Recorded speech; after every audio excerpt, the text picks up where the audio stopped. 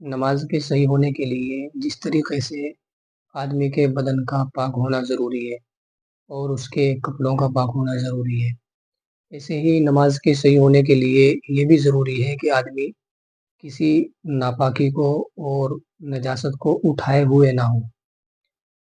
اب اگر خون کی شیشی ہماری جیب میں پڑی ہوئی ہے یا کسی شیشی میں پیشاب ہے اور وہ جیب میں پڑی ہوئی ہے تو اس صورت میں بھی نماز نہیں ہوگی۔ جو حضرات لیب کا کام کرتے ہیں عموماً ہوتا یہی ہے کہ سیمپل خون کا یا پیشاب کا ان کی جیب میں رہتا ہے اور اسی حالت میں نماز پڑھ لیتے ہیں۔ جمعہ ہو یا عام فرض نماز ہو، دونوں میں یہی مسئلہ ہے کہ اگر وہ اس طرح جیب میں ہوگی اور اسی صورت میں نماز پڑھ لی گئی تو نماز نہیں ہوگی۔ اگر کسی نے ایسا کیا بھی ہے تو اس نماز کو لوٹانا ضروری ہے۔